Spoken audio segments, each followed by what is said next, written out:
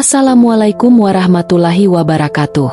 Sahabat Wawan Story yang budiman, sebelum kita menyelami kisah ini lebih jauh, dukunglah kanal dan karya ini dengan subscribe, like, dan bagikan agar semakin banyak yang dapat mengambil hikmah.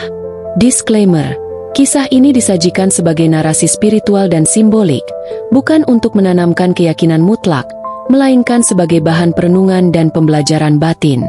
Pada suatu masa ketika arah hidup manusia terasa kabur, muncullah bisik-bisik tentang Wahyu Cakraningrat, sebuah anugerah yang tak berwujud benda, namun memancar seperti energi matahari. Bukan panas yang membakar, melainkan cahaya yang menguatkan. Ia mengalir kepada sosok yang disebut sebagai Satrio Piningit, sang terpilih yang hidupnya tersembunyi, langkahnya senyap, namun jejaknya mengguncang kesadaran zaman. Tanda-tanda itu tidak hadir dengan trompet atau sorak-sorai. Ia muncul perlahan, pagi yang terasa lebih terang, keputusan kecil yang berbuah besar, dan keberanian yang tumbuh tanpa sebab yang jelas. Mereka yang peka merasakan ada denyut baru dalam napas dunia, seolah matahari bukan sekadar benda langit, melainkan pesan yang sedang dikirimkan.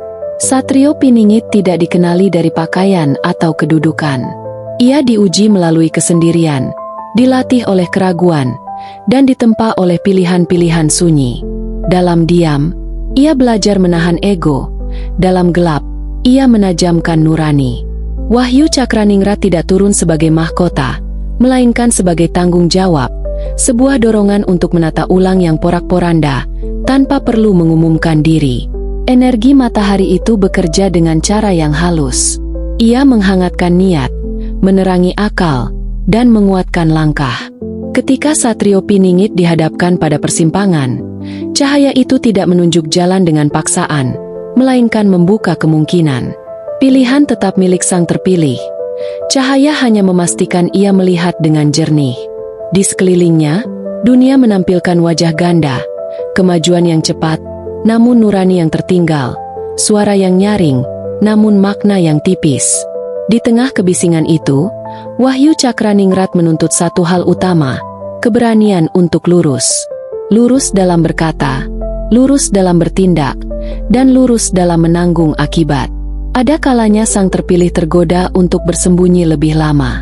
Namun energi matahari tidak mengenal kompromi dengan ketakutan.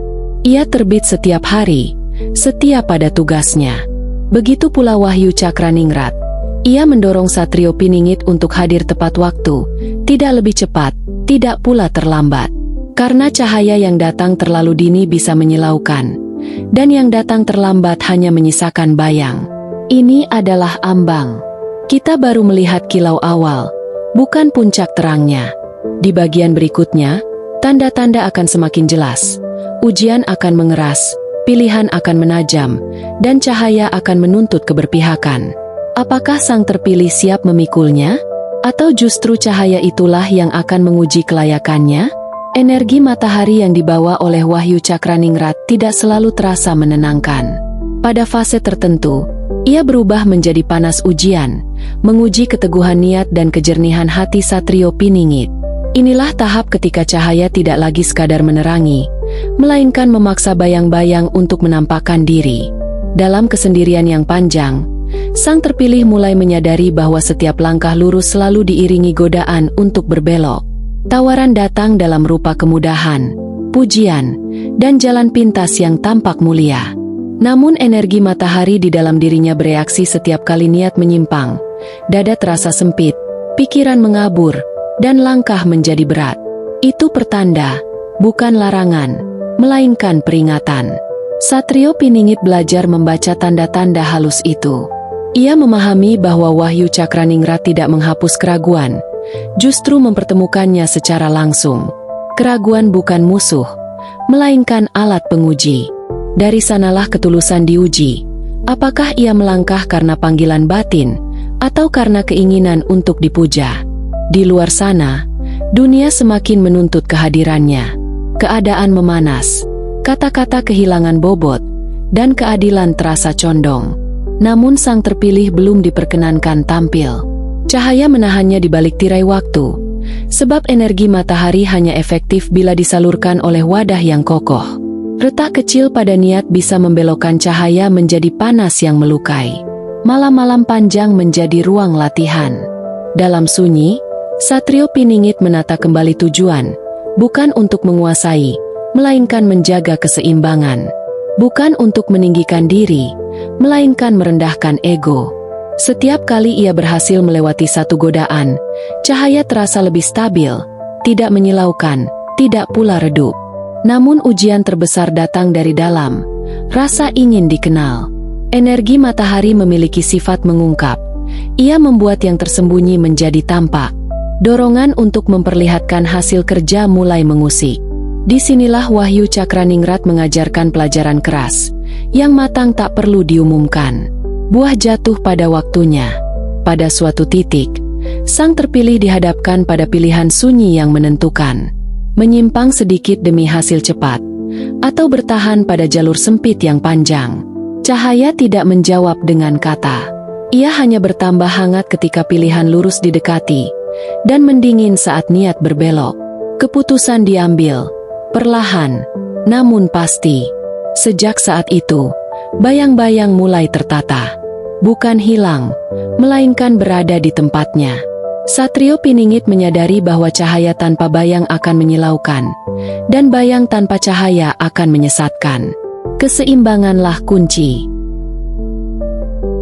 Ketika waktu akhirnya bergeser, Wahyu Cakraningrat memasuki fase baru. Energi matahari yang semula terasa personal kini mulai menyentuh sekitar. Tanpa pengumuman, tanpa penobatan, pengaruh Satrio Piningit merambat melalui keputusan-keputusan kecil yang tepat sasaran. Cahaya tidak memaksa orang untuk melihatnya. Ia cukup hadir agar kegelapan tidak lagi berkuasa penuh. Kekacauan menjadi panggung pertama. Bukan karena ia mencarinya, melainkan karena cahaya selalu tertarik pada ruang yang paling gelap. Dalam situasi genting, kata-kata sang terpilih terdengar sederhana, namun menenangkan. Bukan karena kefasihan, melainkan karena konsistensi antara ucapan dan tindakan. Energi matahari bekerja sebagai penyeimbang, menghangatkan yang beku, menenangkan yang terbakar emosi. Namun setiap cahaya yang terbit pasti mengundang silau. Mereka yang terbiasa dengan gelap merasa terganggu. Kecurigaan muncul, niat baik dipertanyakan, dan motif dipelintir. Satrio Piningit kembali diuji, bertahan dengan kejernihan, atau merespons dengan amarah. Ia memilih diam yang bekerja, membiarkan hasil berbicara. Wahyu Cakraningrat mengajarkan hukum penting. Cahaya tidak perlu membela diri. Ia hanya perlu konsisten. Dalam konsistensi, kepercayaan tumbuh perlahan. Orang-orang mulai merasakan perubahan, meski sulit menjelaskannya. Keputusan menjadi lebih adil, arah lebih jelas, dan harapan yang lama terkubur pelan-pelan muncul. Di fase ini, sang terpilih belajar mengelola daya. Energi matahari jika dilepas berlebihan dapat mengeringkan. Maka ia menyalurkannya secukupnya, menguatkan yang siap, meneduhkan yang rapuh. Ia menahan diri dari langkah besar yang memuaskan ego, memilih kerja senyap yang berdampak luas. Ada malam ketika kelelahan menumpuk, cahaya pun bisa melelahkan pembawanya. Dalam hening, Satrio Piningit mengingat pelajaran awal. Wahyu ini bukan miliknya. Ia hanya penjaga aliran. Kesadaran itu memulihkan tenaga. Saat beban dilepaskan, cahaya kembali mengalir stabil. Tanda-tanda semakin jelas. Mereka yang dahulu ragu mulai mendekat, bukan untuk memuja, melainkan untuk belajar. Satrio Piningit tidak membentuk barisan pengikut. Ia menumbuhkan kemandirian. Energi matahari tidak ingin disembah. Ia ingin dibagikan. Namun semakin luas pengaruh, semakin berat tanggung jawab. Kesalahan kecil kini berdampak besar. Wahyu Cakraningrat menuntut ketelitian tanpa henti.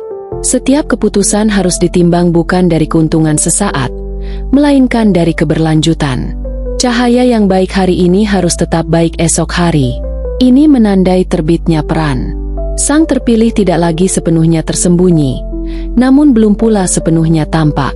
Di hadapannya, menanti simpang yang menentukan arah jangka panjang.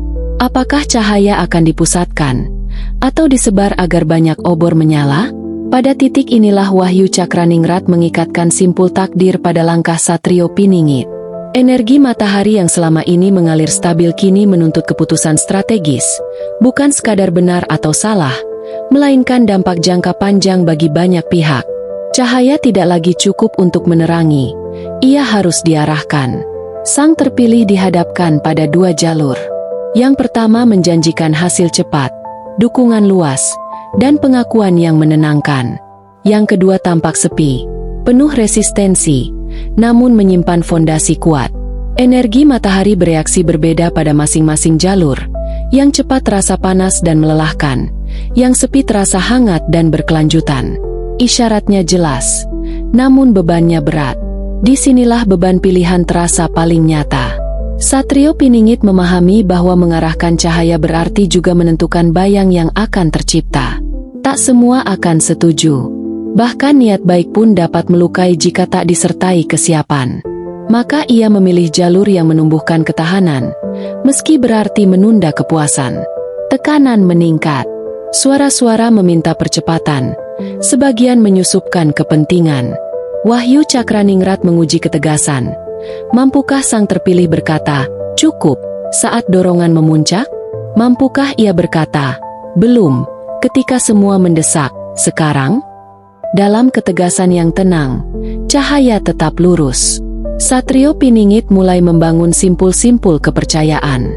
Bukan jaringan yang rapuh oleh janji, melainkan ikatan yang kuat oleh konsistensi. Ia mengundang dialog, membuka ruang koreksi, dan bersedia menanggung kritik. Energi matahari menyukai transparansi. Ia memantul indah pada permukaan yang jujur. Namun ada harga yang harus dibayar. Kesepian di puncak keputusan. Tak semua memahami alasan penundaan. Beberapa pergi, sebagian berbalik menentang. Sang terpilih menahan diri dari pembelaan panjang. Ia tahu, waktu adalah sekutu cahaya. Yang dipaksa hari ini mungkin runtuh esok hari. Yang ditumbuhkan perlahan akan bertahan. Pada fase ini, Wahyu Cakraningrat memperkenalkan pelajaran tentang batas. Cahaya perlu jeda agar tidak mengeringkan tanah. Satrio Piningit belajar berhenti tepat waktu, memberi ruang bagi orang lain untuk tumbuh. Kepemimpinan bukan memusatkan sinar pada diri, melainkan memantulkannya agar banyak titik menyala. Malam kembali datang dengan ujian batin. Ada rindu untuk kembali tersembunyi, bebas dari sorotan dan beban. Namun simpul takdir telah terikat. Cahaya yang sudah terbit tidak dapat ditarik kembali tanpa meninggalkan dingin. Kesadaran ini meneguhkan langkah. Badai datang bukan sebagai kejutan, melainkan sebagai konsekuensi. Ketika Wahyu Cakraningrat telah diarahkan dan simpul-simpul kepercayaan terikat, energi matahari memasuki fase pengujian bersama. Bukan lagi keteguhan pribadi yang dipertaruhkan, melainkan daya tahan nilai ketika diguncang dari berbagai arah. Tekanan menyebar serentak, kesalahan kecil dibesarkan, niat baik disalahartikan, dan keputusan lama diungkit ulang. Dalam badai seperti ini, cahaya seringkali diuji dengan cara paling sunyi, kelelahan kolektif. Satrio Piningit menyadari bahwa satu-satunya cara bertahan bukan dengan menyala lebih terang, melainkan menjaga nyala tetap stabil. Energi matahari memiliki hukum kebersamaan. Ia menguat bila dipantulkan banyak permukaan. Maka sang terpilih berhenti menjadi pusat. Ia mendorong pembagian peran, mempercayai kemampuan yang telah ditumbuhkan. Ketika satu titik melemah, titik lain menyokong. Cahaya tidak terpusat, ia menyebar, dan justru itu yang membuatnya tahan badai. Namun tidak semua siap. Beberapa goyah, sebagian mundur. Satrio Piningit memilih empati tanpa kompromi pada nilai. Ia merangkul yang lelah, namun tegas pada batas. Wahyu Cakraningrat mengajarkan keseimbangan sulit, lembut dalam pendekatan, keras pada prinsip. Di tengah badai, muncul provokasi yang mengundang reaksi cepat. Kata-kata tajam menguji kesabaran. Sang terpilih menahan diri dari balasan. Ia tahu, energi matahari yang dikeluarkan dalam amarah hanya akan menambah panas. Ia memilih kejernihan, menyaring informasi, dan bertindak berdasarkan data, bukan desakan.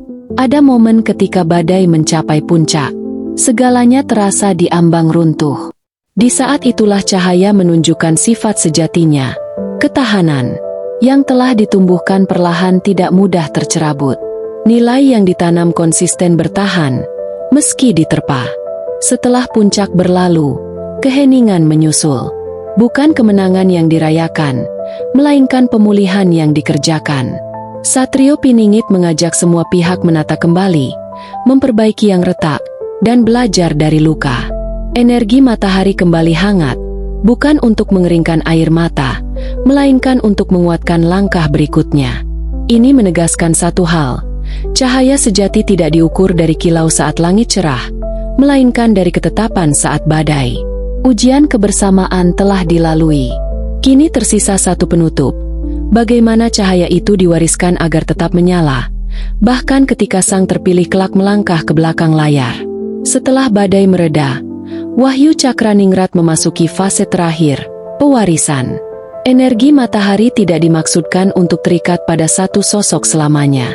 Ia diciptakan untuk berpindah, memantul, dan terus menyala melalui banyak tangan. Inilah saat Satrio Piningit memahami makna terdalam dari perannya, bukan sebagai pusat, melainkan sebagai penghubung.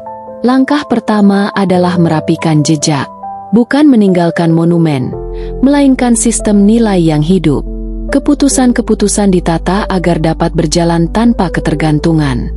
Tanggung jawab dibagikan dengan jelas, ruang koreksi dijaga terbuka, dan ukuran keberhasilan disepakati bersama. Energi matahari menyukai kesinambungan. Ia bekerja terbaik ketika aliran tidak tersumbat oleh figur tunggal. Sang terpilih mulai mengundurkan diri dari sorotan. Bukan menghilang, melainkan memberi jarak sehat. Di balik layar, ia memastikan api kecil menyala di banyak tempat. Ia mengajarkan cara membaca tanda, bukan cara mengikutinya. Ia menanamkan keberanian untuk berbeda, bukan keseragaman yang rapuh. Ada saat-saat ketika godaan untuk tetap tampil muncul kembali. Namun Wahyu Cakraningrat mengingatkan, cahaya yang matang tahu kapan redup. Redup bukan padam. Ia memberi ruang bagi mata lain untuk menyesuaikan. Dalam redup yang bijak, banyak obor justru menyala lebih jelas. Mereka yang pernah meragukan kini memahami. Bukan karena penjelasan panjang, melainkan karena hasil yang bertahan. Lingkaran kepercayaan tidak lagi bergantung pada kehadiran sang terpilih. Itulah tanda keberhasilan pewarisan. Energi matahari telah menemukan rumah di banyak hati. Menjelang akhir, Satrio Piningit kembali pada kesenyapan. Ia tidak meninggalkan panggung dengan tepuk tangan, melainkan dengan keteraturan yang bekerja. Dalam sunyi, ia menatap terbit dan tenggelamnya cahaya, menyadari bahwa setiap peran memiliki musim. Penutup ini bukan akhir dari cahaya, melainkan awal dari kesinambungan. Wahyu Cakraningrat telah menunaikan tugasnya, menguatkan niat, menguji keteguhan, menata arah, mengokohkan kebersamaan, dan akhirnya diwariskan. Satrio Piningit kembali menjadi pejalan, sementara cahaya melanjutkan perjalanan melalui banyak langkah.